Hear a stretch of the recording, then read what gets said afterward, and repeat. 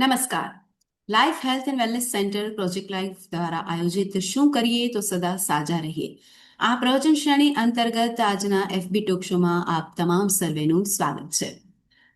આજે આપણે એક એવા ખૂબ સરસ અને જવાબદારી ભર્યા વિષય પર વાત કરવા જઈ રહ્યા છીએ જેમનું નામ છે, જેમનો વિષય છે પેરેન્ટિંગ. બાળકોને માત્ર મોટા કરવા એ પેરેન્ટિંગ નથી, પરંતુ તેમને સાચા સંસ્કાર, પ્રેમ, વિશ્વાસ અને જીવન જીવવાની સાચી દિશા આપવી એ આપણું સાચું પેરેન્ટિંગ છે. સાચું ને?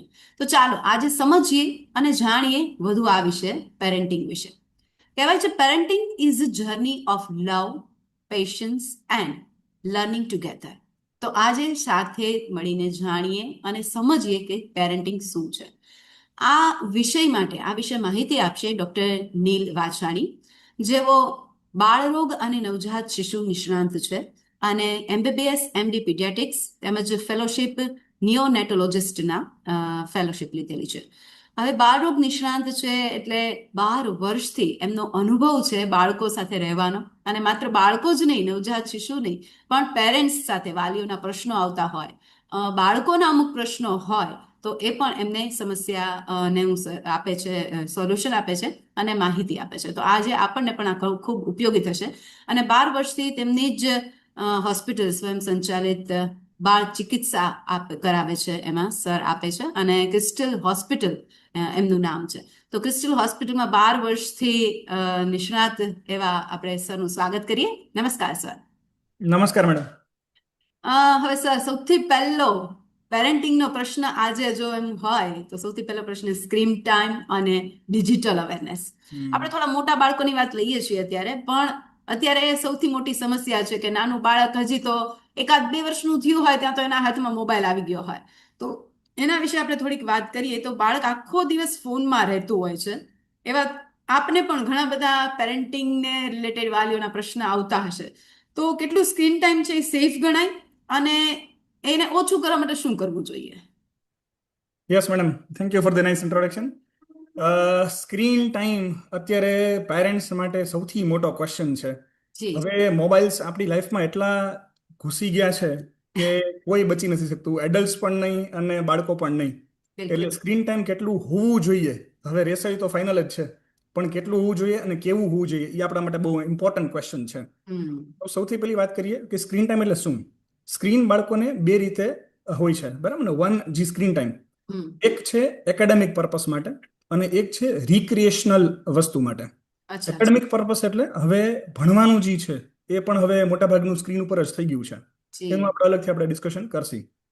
પ્રોબ્લેમ જે છે એ રિક્રિએશનલ ટાઈમનો છે, કે યુટ્યુબ આવે છે, ઇન્સ્ટાગ્રામ આવે છે, જે રીલ્સ આવે છે, અલગ અલગ ટાઈપના જે શોર્ટ વિડીયોઝ છે, એ માણસો જે બાળકોનું દિમાગ ખરાબ કરે છે. ધીરે ધીરે કરતો અટેન્શન સ્પાન બહુ જ ઓછો થતો જાય છે. એટલે અત્યાર પૂરતું આપણે જે શોર્ટ વિડીયોઝ ઉપર જે બાળકોનું ધ્યાન વયું ગયું છે, એ ઇમરજન્સીમાં હરેક પેરેન્ટને એ ધ્યાન લેવું જોઈએ કે આ શોર્ટ વિડીયોઝ બંધ કરવા જોઈએ. બીજું, ડિજિટલ સ્ક્રીન ટાઈમ કેટલો હોવો જોઈએ, જો એ સ્પેસિફિક ચર્ચા કરવી હોય તો IAP પ્રમાણે, જે ઇન્ડિયન એકેડમી ઓફ પીડિયાટ્રિક્સ છે, એના પ્રમાણે 5 વર્ષ કરતાં નાનું બાળક હોય તો 30 મિનિટ સુધી સ્ક્રીન ટાઈમ ચાલે, અને 5 વર્ષ કરતાં મોટું હોય તો 1 વર્ષ જેટલો 1 કલાક જેટલો સ્ક્રીન ટાઈમ ચાલે. પણ અગેન આપણા પ્રમાણે જેટલું ઓછું એટલું સારું. બાળકોને મોટા ભાગે જે શીખ મળતી હોય એ પેરેન્ટ્સમાંથી જ મળતી હોય. આપણે જેટલી સ્ક્રીન જોશી એટલીસ્ટ બાળકોની સામે, એટલા જ બાળકો આપણામાંથી જ શીખી અને પોતે પણ સ્ક્રીન જોશે.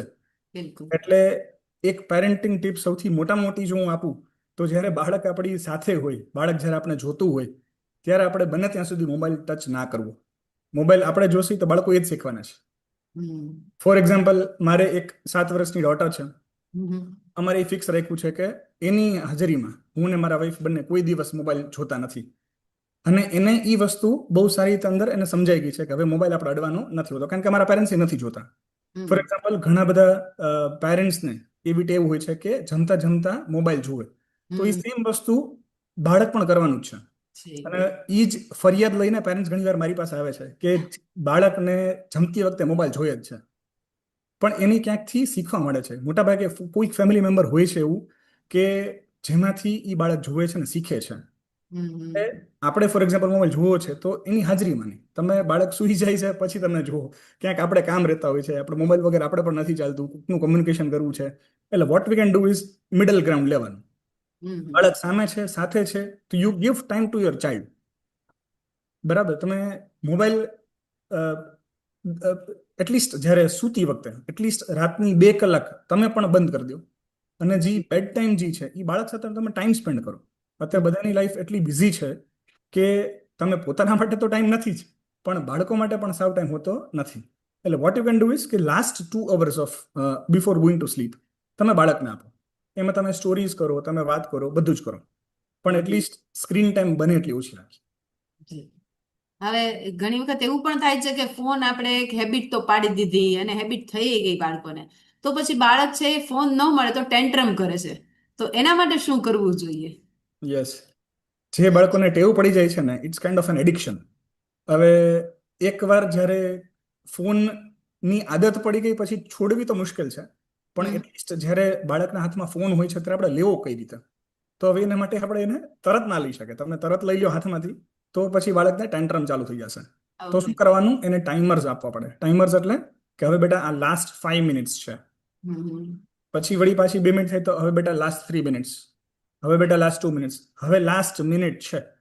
પછી આપણે લઈ અને પછી આપણે then you divert the child to some other activity. ખાલી તમને મોબાઈલ આપીને અદબ પાડીને બેસશે નહીં બાળક.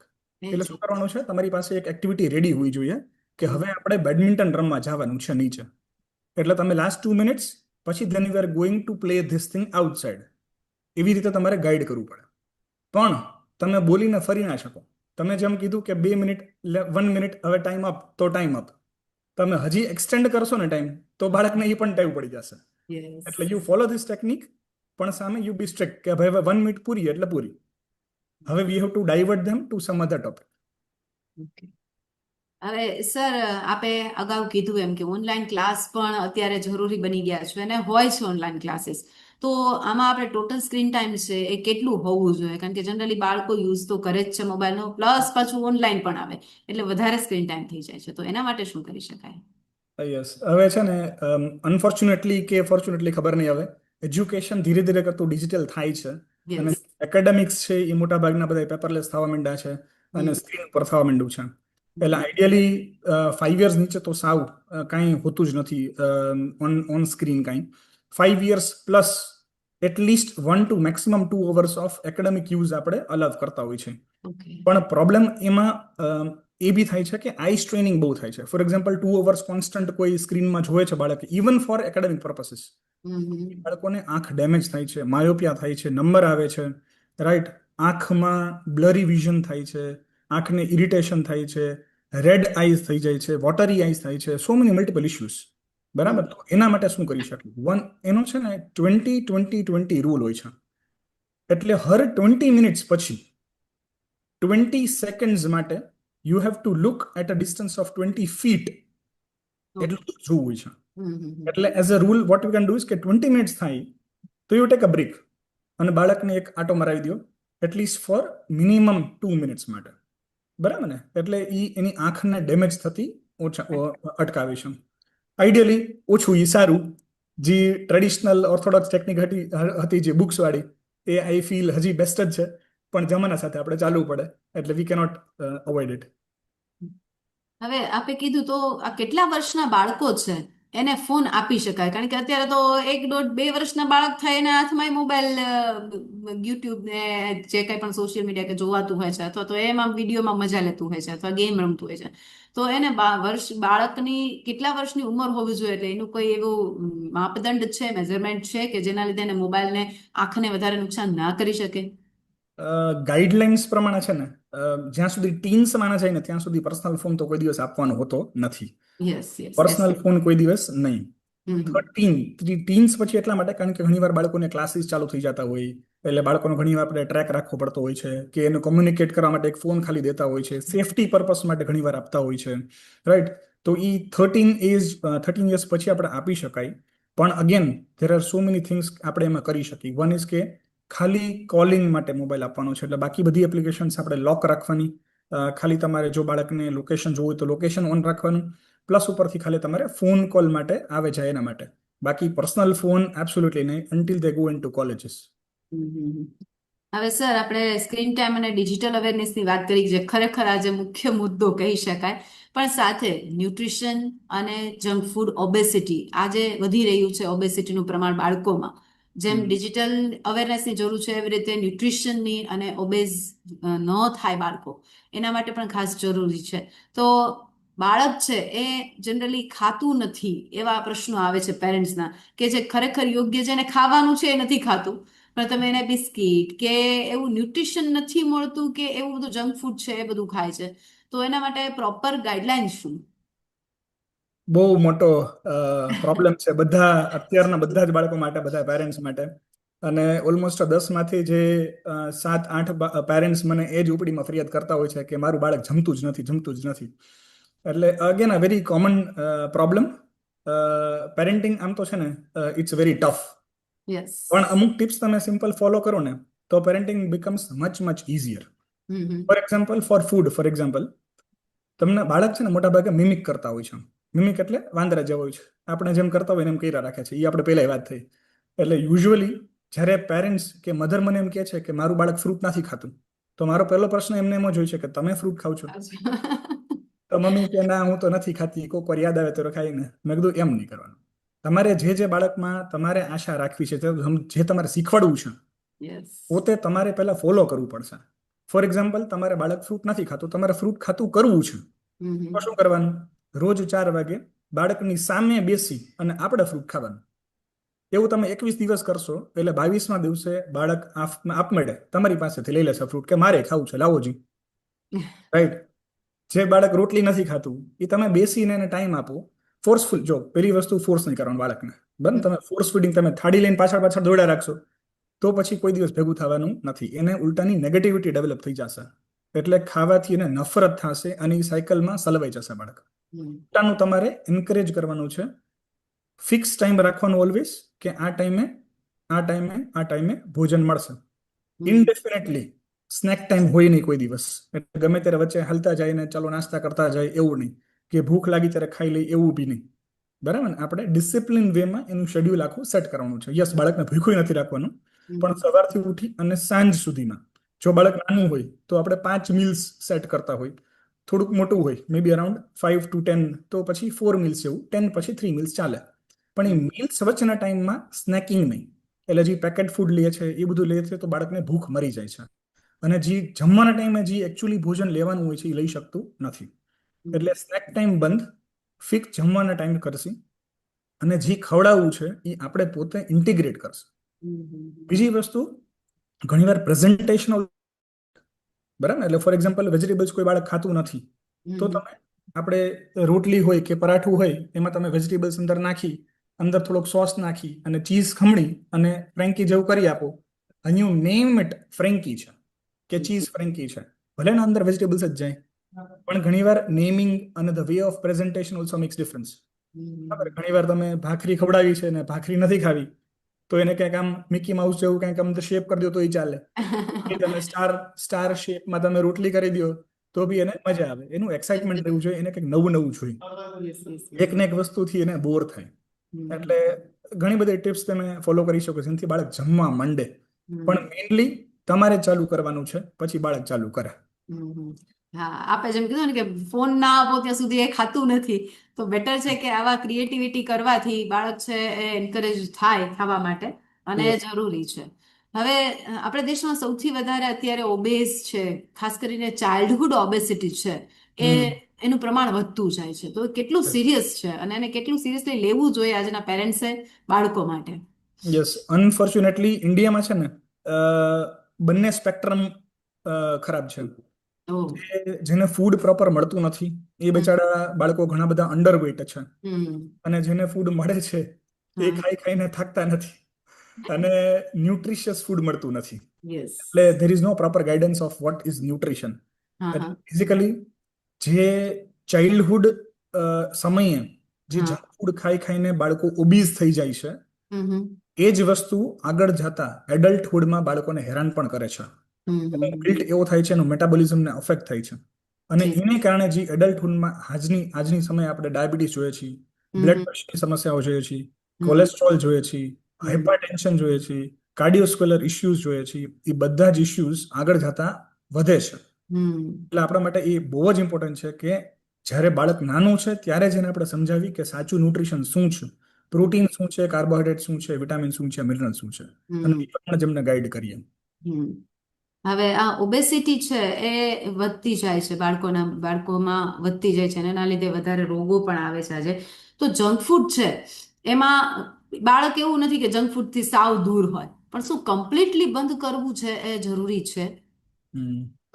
કમ્પ્લીટલી છે ને, થઈ જતું હોય તો સારું, પણ આઈડિયલી આપણે કરી નથી શકતા. એટલે પ્રોબ્લેમ ના પાડીએ તો વધારે મન ખેંચાય એવું છે. ના ના પાડીએ તો મન વધારે થાય. યસ. એટલે છે ને, હંમેશા 100% રિસ્ટ્રિક્શનમાં કોઈ ટેકનિક કોઈ દિવસ ફોલો થતી જ નથી. True. We always have to offer them alternatives. Hmm. અને તમે જે જંક ફૂડ છે એને તમે ટાઈમ રિસ્ટ્રિક્ટેડ કરી શકો. યસ. ફોર એક્ઝામ્પલ, આઈસ્ક્રીમ ખાવું છે તો બેટા તને એવરી એવરી સન્ડે કે એવરી ઓલ્ટરનેટ સન્ડે તને આઈસ્ક્રીમ મળશે. હમ. અત્યારે ઉનાળો ફૂલ રાજકોટમાં છે, બધાને ગોલા ખાવાની ઈચ્છા થાય જ. તો every day you cannot eat gola, yes. બરાબર? વન્સ ઇન વેલ આપણે બી એમ જાતા હોય, પણ once in a week is fine. Hmm. Maggi ખાવાની ઈચ્છા થાય છે, આપણે મોટા થયા જ છીએ મેગી ખાઈ ખાઈને. તો every day is not recommended. એટલે હરેક વસ્તુમાં લિમિટ રાખવી પડે, લિમિટ સેટ કરવી પડે. હમ. આઈડિયલી 80 થી 90% તમારું ન્યુટ્રિશિયસ આહાર હોવો જોઈએ, અને હમ. 10%માં તમે જંક ફૂડ ખાવ તો આપણે હજી ચાલે. 100% બંધ કરી નાખીને તો જે દિવસે ખાવાનું ચાલુ કરશે, અથવા પડીકું જે દિવસે હાથમાં આવ્યું ત્યારે નુકસાની જ્યાં સુધી પૂરું થયું ત્યાં સુધી. સાચી વાત છે. એટલે સાવ ઝટવી નહીં લેવાનું, થોડું થોડું દેવું પડે. હમ. હમ. હવે આપણે જંક ફૂડ સાથે વાત કરીએ સોફ્ટ ડ્રિંક્સની, તો એ પણ સમસ્યા વધતી જાય છે. પણ જંક ફૂડ અને સોફ્ટ ડ્રિંકની સાથે જે અમુક પેરેન્ટ્સ હોય છે એ ન્યુટ્રિશન બાબતે ઘણા બધા અવેર હોય છે, જાગૃત હોય છે. તો એમને એમ થાય છે કે બાળકોને આપણે સપ્લિમેન્ટ કે પછી હેલ્થ ડ્રિંક્સ આપીએ તો એ આપવું કેટલું હિતાવહ છે, કેટલું જરૂરી છે, આવશ્યક છે? યસ, મોટા ભાગના હવે માર્કેટિંગ એટલું થઈ ગયું છે કે ઘણા બધા સોફ્ટ ડ્રિંક્સ છે અને હેલ્થ ડ્રિંક્સ છે કે જે માર્કેટમાં છે, અને they are marketing as like આનાથી હાઇટ વધે ને આનાથી વેટ વધે ને. Yes. Yes. Those are all most of the marketing gimmicks probably. Hmm. Hmm. What we should see is actually the contents, કે કન્ટેન્ટ કેટલું છે. અને મોટા ભાગના હેલ્થ ડ્રિંક્સમાં, સો કોલ્ડ હેલ્થ ડ્રિંક્સમાં શુગર નો ઇન્ટેક બહુ જ હોય છે, શુગર બહુ જ હોય છે. અચ્છા. એક સર્વિંગમાં ઘણીવાર 7 થી 8 ગ્રામ શુગર જાય છે, વિચ બીકમ્સ વેરી ડેન્જરસ. હમ. હમ. બરાબર ને? એટલે આઈ નોટ રેકમેન્ડ કે કોઈ પેકેટ એવી રીતે લઈએ, કન્ઝ્યુમ કરે હમ. ફોર પ્રોટીન્સ કે હેલ્થ માટે કે હાઇટ માટે. Instead vote you can do is કે તમે નેચરલ સોર્સિસ ઓફ પ્રોટીન્સ ગોતો. ફોર હમ. એક્ઝામ્પલ, પ્રોટીન જોઈએ જ છે તો હમ. પ્રોટીન મિલ્કમાં મળે છે, કર્ડમાં મળે છે, કઠોળમાં મળે છે, પલ્સીસ છે, એગ્સ કોઈ ખાતા હોય તો એમાંથી મળે છે, સ્પ્રાઉટ્સ છે, રાઈટ? તો so many natural sources of proteins. Hmm. તમારે આયરન જોઈએ છે તો ગ્રીન લીફી વેજીટેબલ્સ તમારે અતિશય ખાવાના છે. જેગરી છે, ડેટ્સ છે, લીલોતરી તો હરેક બાળકોની બુકમાં, હરેક પીડિયાટ્રિક બુકમાં લખ્યું છે, ગ્રીન લીફી વેજીટેબલ્સ. એમાં all kind of iron, multivitamin, nutrition બધું જ મળવાનું છે. હમ. તમારે મલ્ટીવિટામિન્સ જોઈએ છે, તમારી ઇમ્યુનિટી વધારે જોઈએ છે, તમે ફ્રૂટ્સ ખાઓ, ડ્રાય ફ્રૂટ્સ ખાઓ, રાઈટ? એટલે તમારે જે આડાહોડા આપણે પેકેટ્સ ગોતીએ છીએ એને બદલે you give them alternative healthy options કે જે કન્ઝ્યુમ કરે. એને હમ. પણ તમે એન્કરેજ કરો, એને તમે પણ કન્ઝ્યુમ કરો, અને બાળકને નેચરલી એની લાઈફસ્ટાઈલમાં નાખો. એટલે એના માટે એને ડિફિકલ્ટ ટાસ્ક ના લાગવું જોઈએ. It should become a routine for them. Hmm. એટલે સપ્લિમેન્ટ્સની જરૂરિયાત હોય તમારા આપના રેકમેન્ડથી કે પીડિયાટ્રિશિયન કોઈ ગાઈડ કરે તો જરૂરી છે, અધરવાઇઝ તો એને રેગ્યુલર ફૂડમાંથી જ બધું ન્યુટ્રિશન્સને મળી જાય છે, બરોબર ને? યસ. હવે સર આપણે હેલ્થ વિશે વાત કરી, અને સ્ક્રીન ટાઈમ એટલે ડિજિટલ હેલ્થ વિશે વાત કરી, ફિઝિકલ હેલ્થ વિશે વાત કરી. હવે આપણે કોમન અને જનરલી ઇલનેસ અને મેડિકલ જે કન્સર્ન છે કે વારે વારે પેરેન્ટ્સ ડરી જતું હોય નાનું બાળક હોય ત્યારે કે તાવ આવે અથવા માથું દુખ્યા કરે છે, તો એના સિમ્ટમ્સ શું હોઈ શકે? ઘણી વાર એવા નાના સિમ્ટમ્સ કે માથું દુખે છે, કે આંખના ચશ્માના નંબર હોવા જોઈએ, અને પછી ચેકઅપ થાય. તો એવા નાના નાના સિમ્ટમ્સમાં ક્યારેક પેરેન્ટ્સ છે એને ખબર નથી પડતી ને ક્યારેક ઘણી વાત વધી જાય છે. તો નાના એવા આપણે વાત કરી કે તાવ આવે તો બાળકને પેરાસિટામોલ તરત કે ઘર વૈદ્યું થઈ જાય ક્યારેક પેરેન્ટ્સ કે આપી દે કે અમે ખાઈએ છીએ ને તમે ખાઈ લો. તો એ હિતાવહ છે કે પછી ડોક્ટર પાસે એને લઈ જવું જોઈએ? યસ. અમુક મેડિકેશન્સ છે ને આપણી પાસે હંમેશા હોવી જોઈએ, બરાબર ને? જેમ કે પેરાસ્ટેમોલ, વિચ ઇઝ વેરી બેઝિક. હમ એટલે મારા મોટાભાગના પેશન્ટ્સને હું સલાહ આપું છું કે અમુક અમુક દવાઓ સાથે રાખવી ફોર ઇમરજન્સી, હમ બરાબર છે? કે પેરાસ્ટેમોલ છે, પેરાસ્ટેમોલથી તાવ ન ઉતરે તો હમ આઇબુપ્રોફેન, આઇબુપ્રોફેન છે, હમ તમારી પાસે ઉલટીની દવા છે, તાવની દવા છે, પેટના દુખાવાની દવા છે, અમુક અમુક દવાઓ આપણે ભેગી રાખી શકાય. હમ પેરાસ્ટેમોલ યસ, કારણ કે વેરી કોમન ફીવર ગમે ત્યારે આવે છે, કોઈને ટપાલ લખીને આવતા નથી. રાત્રે 3 વાગે પણ બાળકને તાવ આવી શકે છે. હમ ઘણીવાર તાવ અતિશય ચડવા માંડે છે તો પેરાસ્ટેમોલ આપવી બહુ જ જરૂરી બને છે, નતર તાવની આંચકી પણ બાળકોને કોકર આવી જાય છે. ઓ એટલા માટે આપણે ખાસ હંમેશા ટેમ્પરેચર ચાર્ટિંગ કરવાનું. એટલે હમ જ્યારે તાવ ચડે છે, ફોર એક્ઝામ્પલ 102 નો તાવ આવી ગયો તો તમારે તરત જ ડોક્ટર પાસે ભાગવાની જરૂર નથી. તમે હમ બાળકનો તાવ માપો, પેરાસ્ટેમોલની દવા એની વજન, એની ઉંમર પ્રમાણે આપો, હા પૂરતું મૂકો, તાવ ઉતરી જાય પછી then you can go to a doctor. અચ્છા યસ, બાળકની ક્લિનિકલ એક્ટિવિટી પણ એટલી ઇમ્પોર્ટન્ટ છે. ખાલી તાવ છે અને બાળક રમે છે, જમે છે, સૂવે છે, બધા કામ કરે છે તો પેનિક કંઈ થવાની જરૂર નથી. પણ એટ ધ સેમ ટાઈમ તાવ છે, સાથે સાથે બાળક સૂતું રહે છે, લથાર્જી કરીએ છે, કાંઈ જમતું નથી, યુરિન આઉટપુટ ઓછું થઈ ગયું છે, અથવા તો તાવની સાથે આંચકી અથવા તો એના બિહેવિયરલ ઇશ્યુઝ ક્યાંક ભેગા થયા તો આપણે દોડીને ડોક્ટરને દેખાડવું પડે. બરોબર. એટલે તાવ આવે ત્યારે પેરાસિટામોલ એમને નહીં, પણ બાળકના વજન અને એના માપ પ્રમાણે પણ આપવું જરૂરી છે. યસ. એટલે પેરેન્ટ્સ એટલા સજગ રહેવા જોઈએ કે જેનાથી વધુ તકલીફ ના થઈ શકે. હવે એવી જ રીતે એન્ટીબાયોટિક્સ છે, એના વિશે આપનું શું કહેવું છે, કે આપવા જોઈએ કે ના આપવા જોઈએ? યસ, એન્ટીબાયોટિક્સ બે રીતે વસ્તુ છે, બરાબર? ઇન્ફેક્શન્સ ગમે ત્યારે થાય ત્યારે હમ બ્રોડલી જ્યારે ક્લાસિફાઈડ ઇન્ટુ ટુ, બરાબર? એક છે વાયરલ સ્પેક્ટ્રમ, બીજું છે બેક્ટેરિયલ સ્પેક્ટ્રમ, બરાબર ને? હમ જે વાયરલ હોય, જે આપણે સામાન્ય વાયરલ આપણે કહીએ, એમાં કોઈ એન્ટીબાયોટિક્સની જરૂર હોતી નથી. જે કોમન કોલ્ડ વાયરસ છે, હમ કોવિડ કેમ એક ટાઈપનો વાયરસ છે જેમાં એકે ટાઈપની એન્ટીબાયોટિક્સ આપણે લઈએ તો કાંઈ ફાયદો થવાનો નથી. એમ ઓલમોસ્ટ 60 to 70% ડિઝીઝ જે થાય છે જેની કારણે બાળકોને તાવ રહે છે, એમાં એન્ટીબાયોટિક્સની જરૂર હોતી નથી. પણ સાથે સાથે ઇન્ડિયા છે અને અહીંયા બેક્ટેરિયાનો લોડ બહુ વધારે છે, તો આપણે 20 થી 30% કેસીસમાં એન્ટીબાયોટિક્સ દેવી પણ હોતી હોય છે, રાઈટ? અને એના લક્ષણો હોતા હોય છે. ફોર એક્ઝામ્પલ, ગળામાં કંઈ ઇન્ફેક્શન છે, કે કાકડામાં ફોલિક્યુલર ટોન્સિલાઇટિસ છે, કફ બાળકને એ પ્રમાણે થઈ ગયો છે, પેટનું ઇન્ફેક્શન છે, યુરિનનું ઇન્ફેક્શન છે, તો હમ એ પ્રમાણે એન્ટીબાયોટિક હોતી હોય છે. એન્ટીબાયોટિક જનરલ કોઈ દિવસ હોતી નથી કે ચાલો બાળકને તાવ આવ્યો તો ચાલો એન્ટીબાયોટિક આપણે લઈ લીધી. એટલે એન્ટીબાયોટિક ઘણી જરૂરી છે, પણ આપણે ઘર બેઠા લઈ ના શકાય. એના માટે પ્રોપર ડોક્ટરની હંમેશા સલાહ લેવી, બાળકને એક્ઝામિન કરાવવું, બાળકને પૂછવું કે આમાં ઇન્ફેક્શન ક્યાં છે અને આપણે કઈ એન્ટીબાયોટિક આપીએ છીએ. એટલે સ્પેસિફિક બીમારી માટે સ્પેસિફિક એન્ટીબાયોટિક લઈએ, કોર્સ કમ્પ્લીટ કરીએ. એન્ટીબાયોટિક્સ તમે રૂટીનમાં જ્યારે વાપરવાનું ચાલુ કરી દઈએ છીએ અને કોર્સ સારું થઈ જાય ત્યારે ઘણા પેરેન્ટ્સની આદત હોય છે કે 2 દિવસ 3 દિવસ એન્ટીબાયોટિક લઈને પાછું બાળક સારું થઈ ગયું તો એન્ટીબાયોટિક બંધ કરે, તો આગળ જતા એનું રેઝિસ્ટન્સ ડેવલપ થાય છે અને એ રેઝિસ્ટન્સને કારણે આગળ જતા એ જ દવા એના ઉપર કામ કરતી નથી. એટલે ડોક્ટર જ્યારે આપે ત્યારે કોર્સ આપણો કમ્પ્લીટ કરવો. અમુક પેરેન્ટ્સ ડિમાન્ડ કરે છે એન્ટીબાયોટિક્સની, કે લાસ્ટ ટાઈમ તમે ઓલી જે પાવડર વાળી દવા આવી હતી ફ્રીજમાં રાખવાની, એ બહુ સારી હતી ને બહુ સારી, એનાથી તાવ તમારો ફટાફટ અમારો ઉતરી ગયો હતો. એટલે જે ડિમાન્ડ કરે છે ને એ પણ આઈડિયલી ના કરવી. એ ડિસિઝન તમે ડોક્ટર ઉપર ખાલી છોડી દો કે એન્ટીબાયોટિક દેવી છે કે નથી દેવી. પણ એટ ધ સેમ ટાઈમ અમુક પેરેન્ટ્સ એવા પણ હોય છે કે જે સાવ અગેન્સ્ટ હોય છે કે એન્ટીબાયોટિક મારે દેવી જ નથી, જ્યારે એકચ્યુઅલી ડોક્ટર પ્રિસ્ક્રાઇબ કરે છે કે ભાઈ આને લેવાની જરૂર છે, એ પણ ખોટું છે. એમાં ઘણીવાર બીમારી આગળ જતા વધી જાય છે અને બાળકની તબિયત ખરાબ થાય છે અને આગળ જતા અમારે એડમિટ પણ કરવું પડતું હોય છે. એટલે એન્ટીબાયોટિક એવો પ્રશ્ન છે કે જે તમારે હંમેશા ડોક્ટરના ઉપર રાખવું જોઈએ. એ ઓવર ધ કાઉન્ટર મેડિકેશન કરવાની વસ્તુ નથી.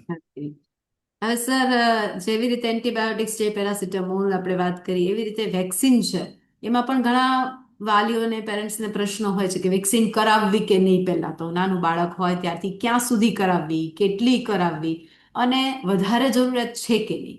તો એના વિશે થોડી ગાઈડલાઈન આપો કે ખરેખર જરૂરી છે તો કેટલી છે, અને વધારે કઈ પ્રકારની વેક્સિન કરાવી શકાય, કેટલી વધારે જરૂરિયાત છે. આપણે ઇન્ડિયન ગવર્મેન્ટ માટે વી શુડ બી થેન્કફુલ કે ઘણી બધી વેક્સિન્સ આપણા બધા જ બાળકોને ફ્રીમાં આપે છે ગવર્મેન્ટ, બરાબર ને? એમાં મોટા ભાગની ગંભીર બીમારીઓ તો આવી જ જાય છે, પણ હજી કેટલી બધી વેક્સિન્સ છે કે જે હજી ગવર્મેન્ટ ફ્રીમાં આપણે આપી નથી શકતી, કારણ કે ઘણો કોસ્ટ એમનો હોય છે. હમ હમ. જે આપણે ઓપ્શનલ વેક્સિન નામે આપણે ઓળખાય છે. હા હા. હવે એ ઓપ્શનલ વેક્સિન છે ખરા, પણ બહુ જ ઇફેક્ટિવ અને જરૂરી છે. હમ ફોર એક્ઝામ્પલ, એચપીવી કરીને વેક્સિન છે, હમ બરાબર? જે એચપીવી વાયરસ માટેની છે. સર્વાઇકલ કેન્સર માટે બેઝિકલી એ પ્રોટેક્શન આપે છે સર્વાઇકલ કેન્સરનું, જે હમ. આપણે યુઝ્યુઅલી 10 વર્ષથી 15 વર્ષની છોકરીઓ માટે, ગર્લ્સ માટે આપણે આપતા હોય છીએ. Okay, હા હા. હવે એની કોસ્ટ વધારે હોય છે, Yes. બરાબર ને? 3 થી 4 હજાર રૂપિયાની વેક્સિન ઘણી વાર આવતી હોય છે. Okay. અગર જો આપણે અફોર્ડિંગ કઈ ઇસ્યુ ના રહેતો હોય તો દઈએ તો બહુ જ સારું રહે. હમ હમ. ફ્લૂ વેક્સિન છે ફોર એક્ઝામ્પલ, જે H1N1 અથવા તો સ્વાઇન ફ્લૂ નામે જે આપણે વાયરસ ઓળખીએ છીએ એની પણ વેક્સિન આવે છે. હવે એ પણ વેક્સિનનું કોસ્ટ બેસે, પણ અગર જો એ ના આપીએ અને વાયરસ થાય તો જ બાળકને હેરાનગતિ થાય, બાળકને દાખલ કરવું પડે, બાળકને 4-5 દિવસ દાખલ કરીને ટ્રીટમેન્ટ કરી, એનો જે ખર્ચો થાય એના કરતાં વેક્સિનનો આપણો સસ્તામાં પતી જાય. જી. એટલે જ્યારે પોસાય એવું લાગતું હોય ત્યારે ઓપ્શનલ વેક્સિન પણ દેવી જરૂરી છે. બીજી હમ ઘણી બધી છે, જેમ કે ટાઇફોઇડ છે. હમ. ટાઇફોઇડ સામાન્ય રોગ છે જેની વેક્સિન આવે છે, પણ ઘણા લોકોને ખબર નથી હોતી કે ભાઈ આ વેક્સિન પણ દેવાની હોય છે કરીને.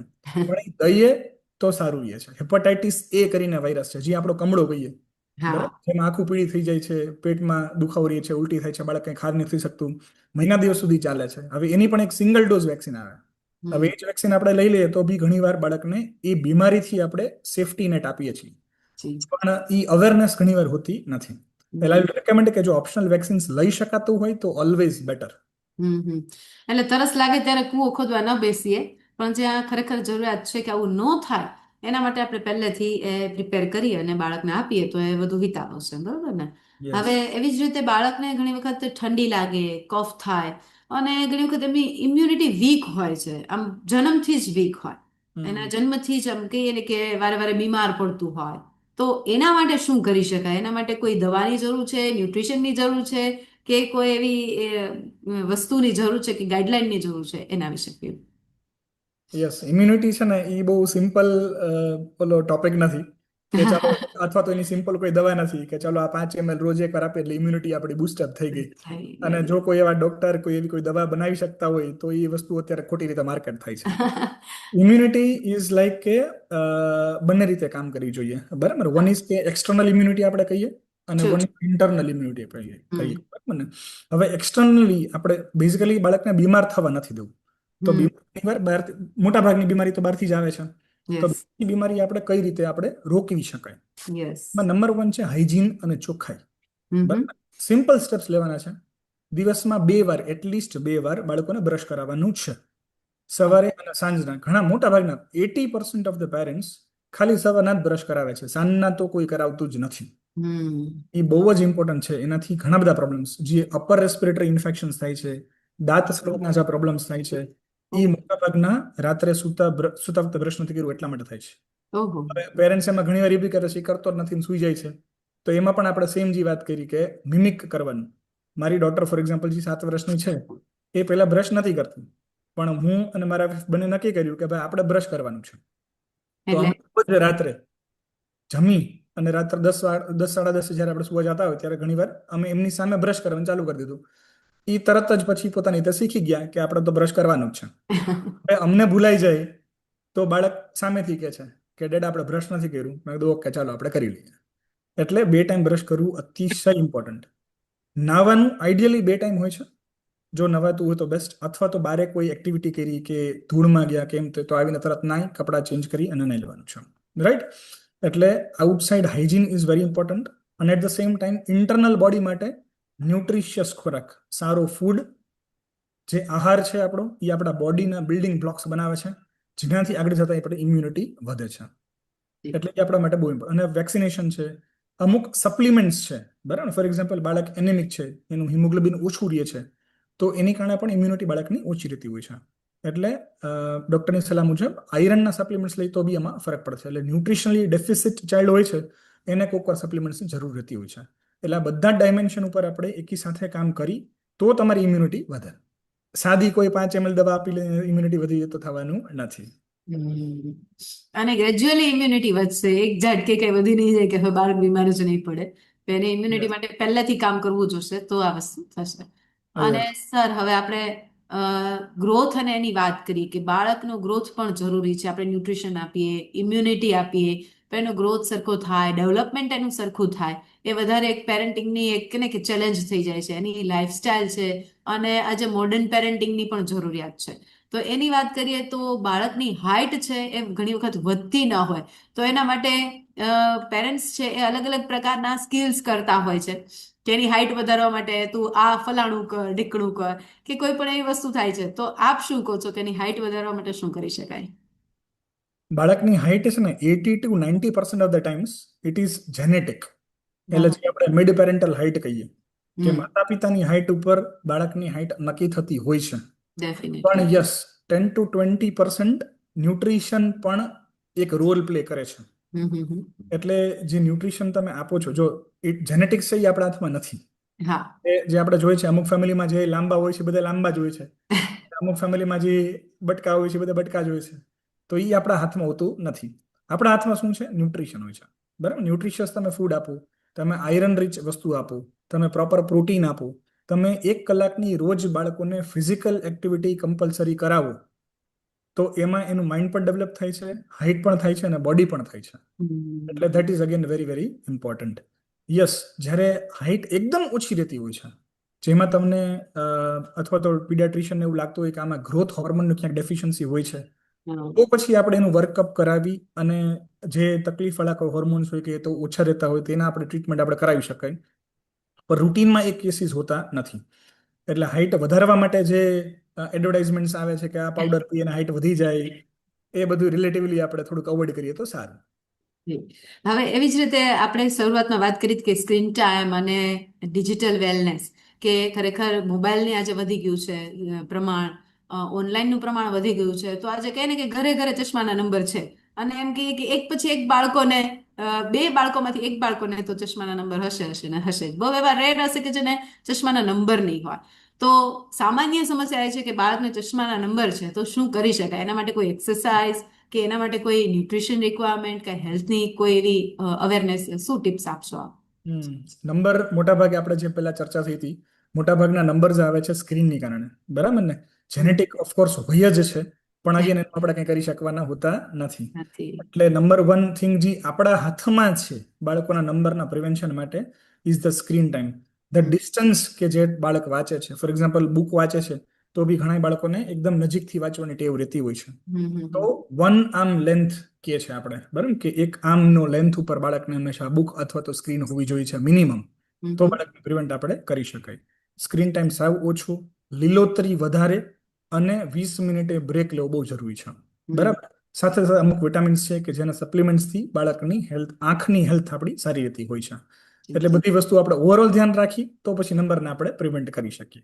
પણ જ્યારે નંબર આવી જાય છે ત્યારે ઘણીવાર રિફ્રેક્ટિવ એરર્સને કરેક્ટ કરવા માટે ગ્લાસીસ બાળકોને પહેરવા અગત્યના થઈ જાય છે. હમ નતર પછી વધતા જાય ખોટા ખોટા, અને આઈ સ્ટ્રેઇનની કારણે પછી હેડેક થાય અને ઘણા બધા બીજા ઇશ્યુઝ થાય. એટલે નંબર આવી ગયા હોય તો ડોક્ટરની સલાહ લેવી, ન આવ્યા હોય તો ધ્યાન રાખવું. એટલે પ્રિવેન્શન છે એ જરૂરી છે, અને યસ. પછી આવી જાય પછી પણ એને કેવી રીતે કંટ્રોલ કરી શકાય, તો કરવો જોઈએ. તો એ ખાસ પેરેન્ટ્સ માટે એ ખાસ એક ચેલેન્જ થઈ જાય છે.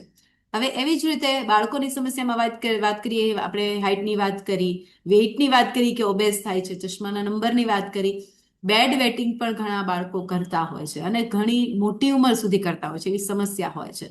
તો એના માટે શું કરી શકાય? કારણ કે આ સામાન્ય એવી સમસ્યા છે કે ઘણા બાળકોને બેડ વેટિંગ થતું હોય છે. યસ. યસ, હવે એ છે ને યુઝ્યુઅલી 5 યર્સની અંદર મોટા ભાગે બાળકોને ખબર પડી જવી જોઈએ છે કે બેડ વેટિંગ આપણે બેડ વેટિંગ ના થાય, બરાબર ને? ડ્રાય નાઇટ્સ થવી બહુ જ જરૂરી છે. હમ જો 5 યર્સ કરતાં વધારે આ વસ્તુ ચાલુ રહેતી હોય છે તો you should contact the doctor immediately. કારણ કે જેટલું લેટ કરશી એટલું લેટ ઈ શીખશે, અને એટલું કંટ્રોલમાં આવવું પણ એટલું ડિફિકલ્ટ ડે બાય ડે થતું જશે. હમ હમ અને હમ આ જો નાના ટાઈમે ઘણીવાર 8-9, એક હમણાં થોડાક ટાઈમ પહેલા એક બાળક આવ્યા હતા, પેરેન્ટ્સ આવ્યા હતા જેમનું બાળક હતું ઓલમોસ્ટ કોલેજમાં આવવાનું હતું, ઓ. ત્યાં સુધી એને બેડ વેટિંગના ઇશ્યુઝ હતા. તો હવે કોલેજમાં જાય તો કેવડો મોટો ઇશ્યુ આવે, કારણ કે ત્યાં તો પેરેન્ટ્સ નથી હોતા અને ત્યાં બેડશીટ બગડે છે, તો એને મેન્ટલી પણ એટલું પ્રોબ્લેમ થાય. યસ અને યસ. જેટલું લેટ થાય છે એટલું આપણે ઈ કંટ્રોલમાં લેવું મુશ્કેલ છે. તો યસ. પેલી વસ્તુ આપણે એ સમજીએ કે બાળક કોઈ દિવસ બેડ વેટિંગ ચાય કરીને કરતું નથી. એને હમ એવી ઈચ્છા નથી એવું થઈ જાય છે. હમ બાળકને ખીજાવાનું બંધ કરી દેશે. બાળકને કોઈ દિવસ ખીજાવાનું નથી કે આવું તે શું કામે કર્યું. બરાબર, ચાય કરીને કોઈ કરતું નથી. એક યુરિન ટેસ્ટ કરાવવો છે કે જેમાં આપણને ખ્યાલ આવે કે ભાઈ યુરિનમાં કઈ ઇન્ફેક્શન છે કે નહીં. જો બાળકને થાય છે બેડ વેટિંગ તો એના અમુક સ્ટેપ્સ આપણે લેવાના છે. પેલી વસ્તુ કેલેન્ડર મેથડ કહેવાની છે. કેલેન્ડર મેથડ એટલે કે કયા કયા દિવસે બાળકને બેડ વેટિંગ થાય છે એના આપણે કેલેન્ડરમાં ટીક કરવાના છે. હમ. આટલા દિવસે થાય છે. બાળકનો સુવાના સમયથી 2 કલાક પહેલાથી પાણી પીવડાવવાનું આપણે બંધ કરવું પડશે. અચ્છા. દિવસના ટાઈમમાં તમે જેટલું પીવડાવો એટલું પીવડાવવાની છૂટ છે. એટલે પાણીનું ઇન્ટેક આખા દિવસનું ઓછું નથી કરવાનું. 10 વાગે બાળકને સુવાનું છે તો 8 વાગ્યાથી બંધ કરશે.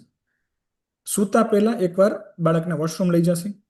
હમ રાત્રે જ્યારે એને યુઝ્યુઅલ ટાઈમ હોય છે બેડ વેટિંગનો એ ટાઈમથી અડધી કલાક પહેલા એક અલાર્મ સેટ કરી એને ઉઠાડી અને વોશરૂમ કરાવશે. હમ બાય ચાન્સ છતાં બી થઈ જાય તો બી અમને ખીજાશી નહીં. પણ જે દિવસે બેડ વેટિંગ ના થયું એ દિવસે બીજા દિવસે સવારના આપણે એને એન્કરેજ કરશી, તાલી પાડશી, પ્રેઝ કરશી અથવા નાની મોટી ગિફ્ટ આપશી.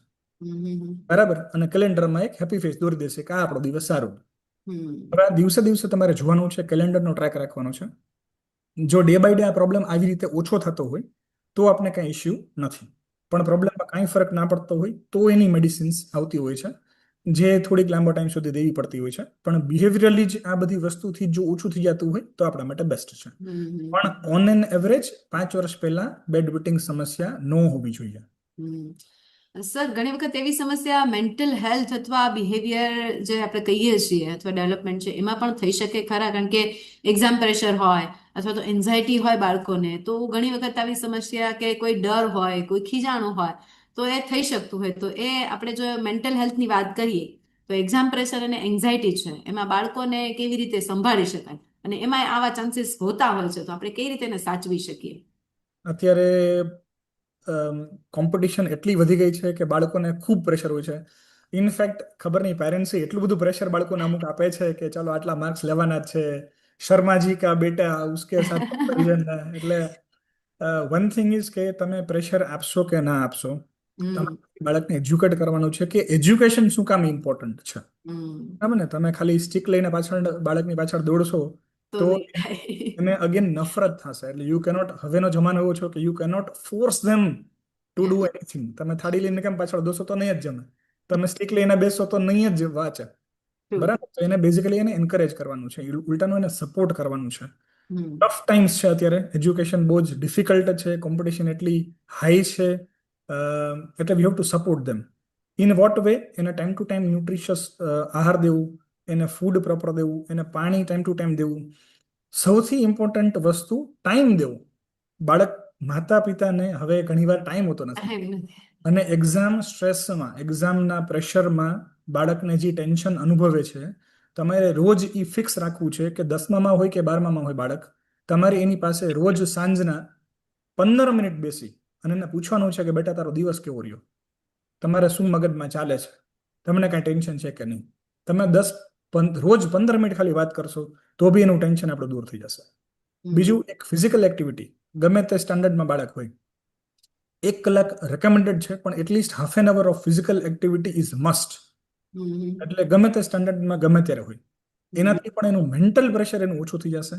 અને એ પ્રેશર ઓછું થશે, ફ્રેશ થશે અને બાળકને એજ્યુકેશનમાં પણ વધારે માર્ક્સ આવશે. હમ. બરોબર. હવે સર, ઘણી વખતે પેરેન્ટ્સ છે એને એવા પ્રશ્નો હોય છે કે જનરલી એવો સામાન્ય છે, મારું બાળક ચંચળ છે, હાઈપર એક્ટિવ છે. એટલે આપણે કહે ને કે રોગ છે એટલા નામ હવે થતા જાય છે કે ડિસ્લેક્સિયા, એડીએચડી. એટલે પેરેન્ટ્સ ગભરાઈ જાય છે કે હાઈપર એક્ટિવ એક જાતનો રોગ થઈ ગયો, એડીએચડી એવું નથી ને ક્યાંક. તો ખાલી બાળકની ચંચળતામાં છે એને એક વાલીને બીક આવી જાય છે, પેરેન્ટ્સને બીક આવી જાય છે કે આવું કંઈક રોગ નથી ને એને માનસિક એની વેલનેસ હેલ્થ છે એ સારી છે કે નહીં.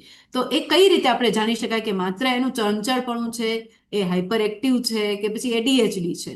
તો એના વિશે થોડી માહિતી આપો. અત્યારે પેરેન્ટ્સમાં પણ આવી રીતે બહુ અલગ અલગ સ્પેક્ટ્રમ્સ છે. અમુક પેરેન્ટ્સ કે જેના બાળકો એકચ્યુઅલી એડીએચડી વાળા છે, એ આ વસ્તુ બહુ કેઝ્યુઅલી લે છે કે ના યસ. ના, આને તો કંઈ નથી, આ તો બરાબર જ છે ને, થોડોક તો તોફાન કરે ને બાળક. અને હમ જેના બાળકો એકચ્યુઅલી સાવ નોર્મલ છે, જે નોર્મલ બિહેવિયરલ થોડીક નોટીનેસ હોય છે બાળકોમાં એજ પ્રમાણે, એ બાળકો થોડાક એ પેરેન્ટ્સ ઘણીવાર બી જાય છે કે ઓ આને તો એડીએચડી છે. એટલે અમુક વાર પેરેન્ટ્સ ઓવર ડાયગ્નોસ કરે છે, અમુક યસ વાર યસ. પેરેન્ટ્સ અંડર ડાયગ્નોસ કરે છે. એટલે બે વસ્તુ ખોટી છે. હવે એડીએચડી અને નોટીનેસ, જે બાળક તોફાન કરે છે, એ રિલેટિવલી આમ સિમ્પલર આપને સેમ જ દેખાતું હોય છે. યસ. જોવાની અમુક વસ્તુ છે તફાવત માટે, બરાબર ને? વન ઇઝ કે એની ફેવરેટ વસ્તુ જ્યારે હોય છે ત્યારે એના ઉપર કેટલું ફોકસ કરી શકે છે, બરાબર? કોઈ કોઈ ગેમ છે ફોર એક્ઝામ્પલ, જે બાળકોને ફૂલ ફૂલ ગમે છે, કોઈ બાળકને બેડમિન્ટન ગમે છે ને એમ એને ફૂલ એની ફેવરેટ ગેમ છે, તો એ એની ફેવરેટ ગેમ ઉપર કેટલું ફોકસ કરી શકે છે. જો એડીએચડી બાળક હોય તો એ બાળક એમાં પણ ફોકસ કરી શકવાનું નથી. અને નોર્મલ બાળક હોય તો એના ઉપર ફોકસ રાખી શકશે, એમાં સેટલ થશે અને લાંબા ટાઈમ સુધી એ વસ્તુ કરી શકશે. યસ. બાળક કેટલું તમને સાંભળે છે, એક્ટિવલી કેટલું સાંભળે છે, બરાબર? ઘણીવાર એવું હોય કે આપણે કહીએ ને ધ્યાનબરા બાળકો છે કે સાંભળતા હોય પણ સામે રિસ્પોન્ડ ના કરતા હોય, તો એ નોટીનેસમાં આવી જાય. અને અમુક જે એડીએચડી વાળા બાળકો છે, તમે ગાઈડ કરો છો પણ એ એકચ્યુઅલમાં એને કંઈ સમજાતું નથી, સાંભળતા એકચ્યુઅલમાં નથી, તો ધેટ ફોલ્સ અંડર એડીએચડી. બીજું કે આ કયા કયા સેટિંગમાં થાય છે. સેટિંગ એટલે ઘરે ખાલી ઘરના સમયમાં કે ઘરના એન્વાયરમેન્ટમાં બાળક અલગ બિહેવ કરે છે, પણ ઘરે જઈ સ્કૂલે જઈને અથવા તો કોઈના બીજાના ઘરે તો એકદમ ડાયું ડમરું થઈ જાય છે, તો એ બાળક નોર્મલ છે. કોઈ બે સેટિંગમાં, ઘરે અને સ્કૂલે અથવા ઘરે અથવા તો ફ્રેન્ડના ઘરે, એના બિહેવિયર એવો જ રહે છે, તો પછી એડીએચડી ઘણી વાર હોતું હોય છે. હોઈ શકે. બરોબર. હવે સર, એવી જ રીતે આપણે મોડર્ન પેરેન્ટિંગની વાત કરીએ કે આજે પેરેન્ટ્સ છે સજગ છે, બહુ મોટી વાત છે કે જરાક પણ એવા સિમ્ટમ્સ થાય વધારે ભલે ડરી જાય છે, પણ એ વધારે પડતા ડરી જાય પણ એને લીધે ગાઈડલાઈન એને ખ્યાલ આવે છે, સમયસર જાગી જાય છે ઘણી વખત. તો એ એક સારી વસ્તુ છે. ઘણું આપે કીધું કે એ જાગતા નથી ત્યારે બહુ મોડું થઈ જાય છે, તો એ બંને વચ્ચેની એક માપદંડ રહેવું જોઈએ. એવી જ રીતે એઆઈ છે અને ચેટબોટ્સ છે, એ બાળક માટે છે એ કેટલું સેફ ગણાય? જે આપણે પેરેન્ટિંગની સેફટી સાઈડ ગણીએ એવી રીતે બાળક માટે આ સેફટી સાઈડ કઈ, કે એઆઈ આજે કંઈ પણ હોય તો એઆઈ માંથી, અથવા એમ કે ચેટ જીપીટી છે તો એમાં આપણે ક્વેશ્ચન આન્સર કરી લઈએ, પોતાની રીતે કાંઈ ક્રિએટિવિટી, પોતાની રીતે કાંઈ એનું છે નહીં, તો એના માટે મૌલિકતા, એનામાં ક્રિએટિવિટી લાવવા શું કરી શકાય, અથવા આ કેટલું સેફ છે એના માટે? એઆઈ આવી ગયું છે અને હવે ક્યાંય જવાનું તો નથી. એઆઈ દિવસે દિવસે વધવાનું જ છે અને આપણી ડિપેન્ડન્સી એ ઉપર વધવાની છે. યસ. હવે આપણે તો વાપરીએ છીએ, પણ બાળકોને તો આ ઉંમર, આપણે તો આપણી સ્કૂલિંગ આખું બધું પતી ગયું છે, પણ આ એજના બાળકોને તો અત્યારથી જ જો આપણે એ હાથમાં દઈ દેસી તો એનું ક્રિટિકલ થિંકિંગ કોઈ દિવસ ડેવલપ થવાનું નથી. એટલે definitely. The most important thing is કે હમણાં એઆઈ થી બને એટલું થોડુંક બાળકને દૂર રાખશી. Yes, it can be used for confirmatory things, કે બાળકને કંઈક વેરીફાઈ કરવું છે. ઇનફેક્ટ આપણે કંઈ વેરીફાઈ કરવું છે તો યસ, તમે એઆઈ વાપરો, પૂછો. અમે ઇનફેક્ટ મેડિકલમાં બી અમે ઘણું એઆઈ ઉપર આપણે જોતા હોઈએ છીએ, પણ એ કેવું છે, કન્ફર્મેટરી વખતે તમે ડાયરેક્ટ તમારું દિમાગ બંધ કરીને બધું એઆઈને પૂછવા માંડશો તો તમારું બ્રેઇન રોટ થઈ જશે, તમારું દિમાગ સડવા માંડશે, તો એના ન્યુરોન્સ તમારે કામ નથી કરવાના, તો આગળ જતા ક્રિટિકલ થિંકિંગ કોઈ દિવસ ડેવલપ થવાનું નથી. એટલે સેમ વસ્તુ બાળકમાં પણ વાપરશી, પણ વેરીફાઈ કરવા માટે, કંઈક હેલ્પ લેવા માટે તો યસ, પણ રોજે રોજ એઆઈ નો યુઝ કરવાનો બિલકુલ અલાઉડ નથી. જી. આપણે એ જ સમસ્યા છે કે મોબાઈલ આવી જાય પછી એનો ભરપૂર ઉપયોગ કરીએ, અથવા કોઈ પણ ટેકનોલોજી આવે એનો ભરપૂર ઉપયોગ કરીએ, પણ પછી આપણે એનો માપદંડ જોવા બેસીએ છીએ કેટલું સેફ છે, કેટલું એના માટે સ્ક્રીન ટાઈમ ફાળવવો જોઈએ. પણ પહેલેથી જ જો એ ગાઈડલાઈન નક્કી કરેલી હોય મોબાઈલની કે સ્ક્રીન ટાઈમની કે એઆઈની કે પછી સોશિયલ મીડિયાની, તો એ ઓટોમેટિક એ કંટ્રોલમાં રહેશે. આપણે ઓબેસ કહીએ છીએ તો એ પણ જંક ફૂડ એકદમ ખવાઈ ગયું પછી હવે આપણે કંટ્રોલ કરવા જઈએ છીએ, એટલે પહેલેથી કંટ્રોલિંગ પ્રોસેસ થાય તો પેરેન્ટ્સ માટે આ મોટી એક જવાબદારી થઈ જશે એવું લાગે છે. હવે લાસ્ટ ક્વેશ્ચન, છેલ્લો ક્વેશ્ચન અંતમાં એમ પૂછવાનું થાય કે યોગ છે, કારણ કે જનરલી ફિઝિકલ એક્ટિવિટી આપે કીધું તો બધી પ્રવૃત્તિઓ, બેડમિન્ટન, સ્પોર્ટ્સ, એ બધું રમતા જ હોય છે, પણ બાળકમાં આજે યોગની અવેરનેસ પણ આવી ગઈ છે, અને યોગ એવું થાય છે કે બાળક માટે ઘણું બધું હેલ્પફુલ પણ થાય છે, પછી એ મેન્ટલ વેલનેસ માટે હોય કે ફિઝિકલ સ્ટ્રેન્થ માટે હોય, તો યોગ છે બાળકને કઈ રીતે મદદરૂપ થઈ શકે?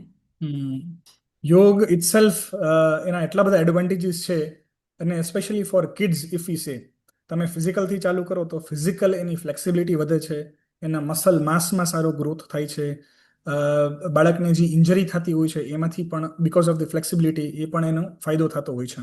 બીજું તમે ઇમોશનલ વાત કરો તો બાળકનું માઇન્ડફુલનેસ એટલે મગજ શાંત રહેતો હોય છે. બાળકને એડીએચડીમાં ફાયદો થાય છે. એન્ઝાયટી બાળકને અમુક બાળકોને ખૂબ જ એન્ઝાયટી હોય છે તો એ શાંત રહે છે. મેડિટેશન જેવું જ કામ યોગ આપે છે કે જ્યારે બાળકની મેન્ટલ હેલ્થ સુધરે છે. એનું જે એક્ઝામનું સ્ટ્રેસ છે, એક્ઝામનું પ્રેશર છે, એ બધું ઓછું થાય છે. એટલે મલ્ટિપલ બેનિફિટ છે. ઇવન તમે સ્પિરિચ્યુઆલિટીમાં પકડો તો એમાં પણ યોગનો એટલો બધો હાથ છે કે બાળકના ઇમેન્સ બેનિફિટ છે. એટલે આઈ રેકમેન્ડ એટલીસ્ટ જો ટાઈમ મળતો હોય તો એટલીસ્ટ ભલે 10 મિનિટથી રોજ ચાલુ કરે, એટલીસ્ટ 20 મિનિટ સુધી રોજ બાળકને કોઈ યોગ આપણે કરાવીએ તો હંમેશા બેસ્ટ રહેવાનું છે. જી ડેફિનેટલી. તો અંતમાં આપણે એટલું કહી શકીએ કે સારું પેરેન્ટિંગ પરફેક્ટ બનવામાં નથી, પરંતુ રોજ થોડું વધુ સમજદાર અને પ્રેમાળ બનવામાં છે. એટલે પેરેન્ટિંગ એક જાતની ચેલેન્જ છે. હું ઘણી વખત ગર્ભ સંસ્કારમાં બી કહું છું કે પ્રેગ્નન્સી છે એ પહેલો પડાવ છે, અને પછી જે પેરેન્ટિંગ છે ને એ ખરેખરો પડાવ છે કે આ 9 મહિનાની અંદર આપણે પ્રોસેસમાંથી જઈએ છીએ કે પેરેન્ટ્સ માટેનો પણ આ પહેલો અનુભવ છે અથવા બીજો અનુભવ હોય તો પણ પેરેન્ટિંગની આ જર્ની છે એ ચાલતી રહેશે. એ ક્યાંય અટકવાની નથી ને એ લાઈફ લોંગ છે. તમારું બાળક છે લાઈફ લોંગ મોટું થવાનું છે, એટલે નવા નવા ચેલેન્જીસ આવશે. એટલે બાળકોને આપણે સમય, પ્રેમ અને સમજની વધુ જરૂર આપીએ, એને વધુ જરૂરિયાત છે એની, અને બાળકનું યોગ્ય ઘડતર અને ચણતર કરીએ અને તેમને આત્મવિશ્વાસથી ઉછેરીએ. કારણ કે ઘણા પેરેન્ટ્સ છે એમાં આત્મવિશ્વાસનો અભાવ હોય છે કે બીજા પેરેન્ટ્સની ગાઈડલાઇન્સ લે, અથવા તો પોતાને હોય તો એ બાળક છે રોંગ ટ્રેક પર ક્યારેક જતું રહે કે આ મોબાઈલ યુઝ કરે છે, આ યુઝ કરે છે કરીને એક કે ને દેખાદેખી થઈ જાય. એના બદલે પેરેન્ટ્સ જે પોતાના આત્મવિશ્વાસથી એ બાળકને ઉછેરે તો એ વધારે જરૂરી છે. Parenting is giving lots of grow અને roots of grow and wings to fly. એ ખાસ જરૂરી છે એના ગ્રો માટે, રૂટ્સ માટે, અને એને ઉડવા માટે પંખ આપે એ જરૂરી છે. એ પેરેન્ટ્સની જવાબદારી છે. હવે આજે સરસ મજાના વિષય પર વાત કરી, પેરેન્ટિંગ વિષય પર વાત કરી, માહિતી આપી સરસ મજાની ડૉક્ટર નીલ વાછાણી સરે. Thank you so much sir. આપે ખૂબ જ સરસ ગાઈડલાઈન આપ્યું. Physical, mental health, wellness, digital, લગભગ બધા જ કવરેજ થઈ ગયા આપણે. અને સર છે એ MBBS MD પીડિયાટિક્સ છે અને ફેલોશિપ મેળવેલી છે નિયોનેટોલોજિસ્ટમાં. બાળરોગ અને નવજાત શિશુ નિષ્ણાત છે અને 12 વર્ષથી અનુભવ ધરાવે છે. ક્રિસ્ટલ હોસ્પિટલ માં બાળ ચિકિત્સા તરીકે સ્વસંચાલિત હોસ્પિટલમાં કાર્યરત છે. અને FB ટોક શોમાં આપ આવ્યા અને આપે સરસ મજાની પેરેન્ટિંગ ગાઈડલાઈન આપી, એના માટે આપણો ખૂબ ખૂબ આભાર. અને લાઈફમાં, પ્રોજેક્ટ લાઈફમાં સૌથી વધારે સરસ બાળક માટે અને બધા જ યોગના આપણે યુનિટ્સ થાય છે, તો ગર્ભ સંસ્કારથી લઈને બાળકો માટે પણ આપણે યોગ થાય છે, તો પેરેન્ટ્સને પણ ઘણું ઉપયોગી થશે. અને FB ટોક શોમાં સર્વે મિત્રો જોડાયા એ બદલ ખૂબ ખૂબ આભાર. નમસ્કાર.